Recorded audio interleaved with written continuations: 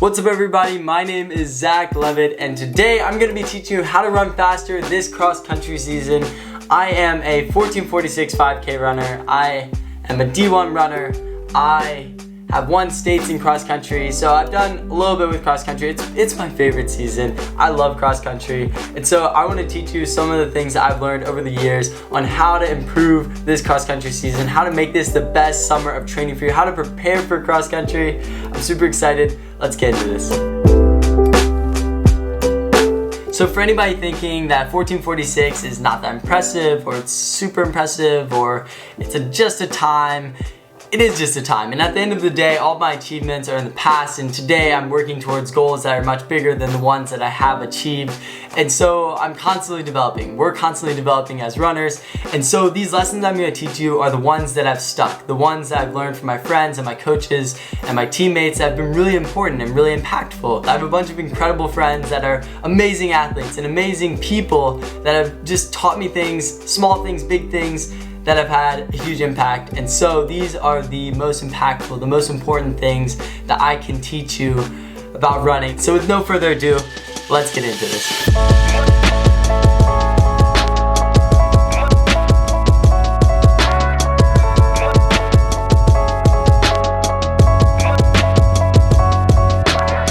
My first tip is kind of a small tip before we get into the nitty-gritty, but it really is just to enjoy cross country. It's a team sport, and I think it's really important to lift the people around you up.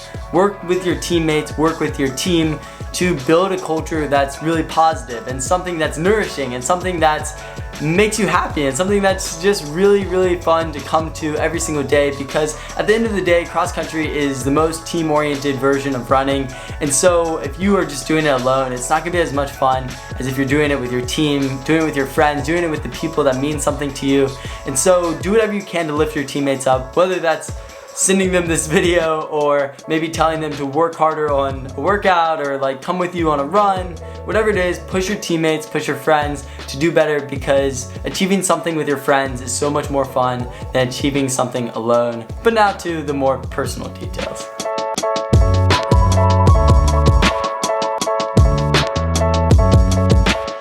So now it's time to get into the nitty-gritty on how to improve as a runner personally, on a personal level. What are you gonna do? And I think the first thing to note, the most important thing maybe to note for starters, is that the summer is where you're gonna improve. If you wanna make leaps and bounds from where you were from maybe a bad cross-country season before, or maybe a bad track season, or maybe even a good track season, you can reinvent yourself over the summer. And I think it's really important to remember that. Distance running or cross country or the 5K or the 10K or whatever race you may be training for, it's pretty simple on how to improve. If you want to improve, you need to expand your aerobic capacity. And what that basically means is your body's ability to process oxygen, or basically how efficient you can run.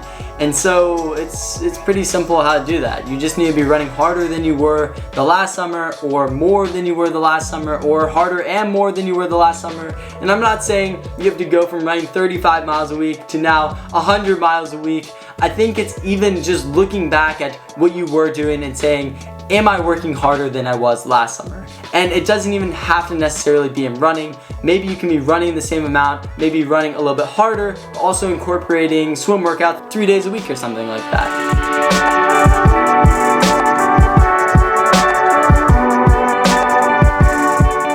So my second big tip is knowing where you want to be. If it's the start of the summer, you don't want to just be training for nothing.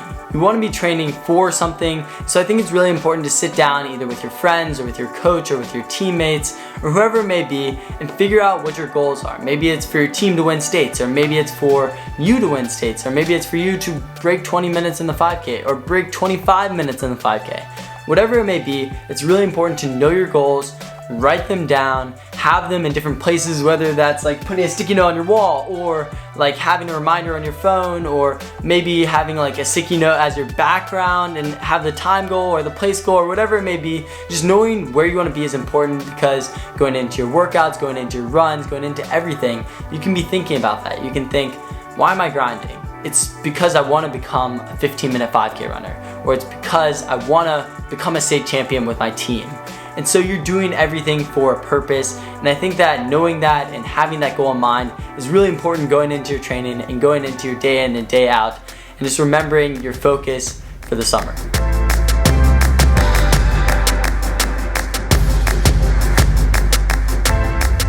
So now that I've talked about grinding over the summer and really making your mark over the summer and goals, it's probably time to address the fact that you may not know how to do that, or how to get there, or what training is, or what is good training.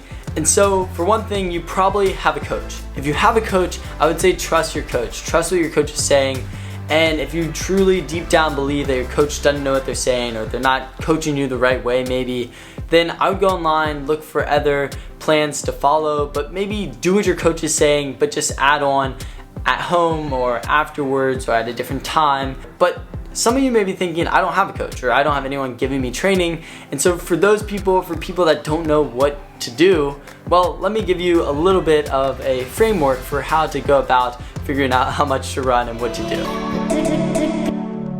So this framework starts by saying how many miles a week do you want to run and how many days a week do you want to run. So for me, that's 7 days a week at 100 miles a week. That's going to be my goal this summer. So 100 divided by 7 is equal to, let me get my handy calculator out, that's 14.285 miles a day. The problem with that number is that it doesn't take into account the long run, and so my long run will probably be about 20% of my weekly mileage, which will be 20 miles. And so then we have to go 80 miles over 6 days, and then we'll figure out how many miles we'll have to run on every day besides the long run day, which is equal to 13.333 repeating miles a day. So that 13.333 repeating number is the amount of miles we want to run every day besides the long run day. So let me draw the week real quick, and then we can build out from there. Basically, we will have our long run on Sunday, because that's how I do it. Then we will have the rest of the week to work out. So now that we have the long run down, let's go to the other workout day, which will be Wednesday. So this Wednesday will be a workout day of sorts. It'll either be a tempo run or it'll be a fartlek. So now that we have the workout down and the long run, which will serve as a workout because you will need to go harder on that, those are basically the basis for it. And so for the rest of the 5 days, you work out how many miles you have left in the week that you need to run, and then you fill in from there. So for anybody that didn't have a training plan, I hope that helped. A long run day, that's about 20% of your miles, and then one workout day or two, and then easy days the rest of the time, easy medium days, whatever you need to help stay healthy, help be feeling good, and just be hitting your weekly mileage. And so I hope that helped some of you guys out there. But now on to my next tip.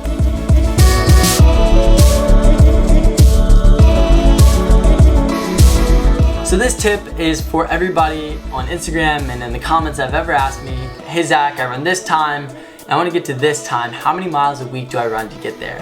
And I just want to debunk the myth that mileage is linear. I mean, I don't know if it's a myth, but a lot of people seem to think that mileage is linear and that running a certain amount of miles will get you to where you want to be. But mileage is not linear, and training is different for everyone. Some people work better with running low mileage and high intensity, and some people are more like me where running more mileage but at lower intensity works. It's just finding that balance of intensity and amount of running, quantity, volume of running, and seeing what works for you. And this can only come through time and training and testing and seeing what does work for you. My final bit of advice is to be doing all the small things right and being honest to yourself. It's really easy over the summer to slip up and maybe not do the right things, maybe not be getting the right amount of sleep, or not be doing your core, or maybe skipping optional practices.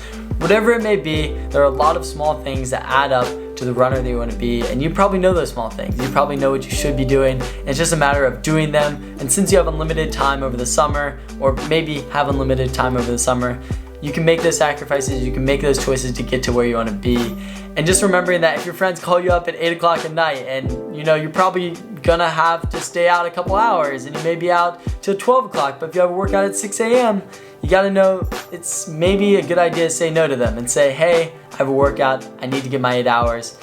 Guys, I'll hang out tomorrow, or something like that. And just doing those small things to get to where you want to be are really important, and anyone that's at a high level has probably made sacrifices to get to where they're at. And so just remembering that is super critical. But do remember to have fun during the summer. You only live once, and as much as I do try to do all the right things, at times I do make mistakes and try to go have fun, because I'm just a kid at the end of the day, and we all make mistakes, we all have fun, and you can't always be super serious. So enjoy yourself, enjoy your summer, and I'll see you tomorrow morning. Live happy and be healthy. I'll see you later.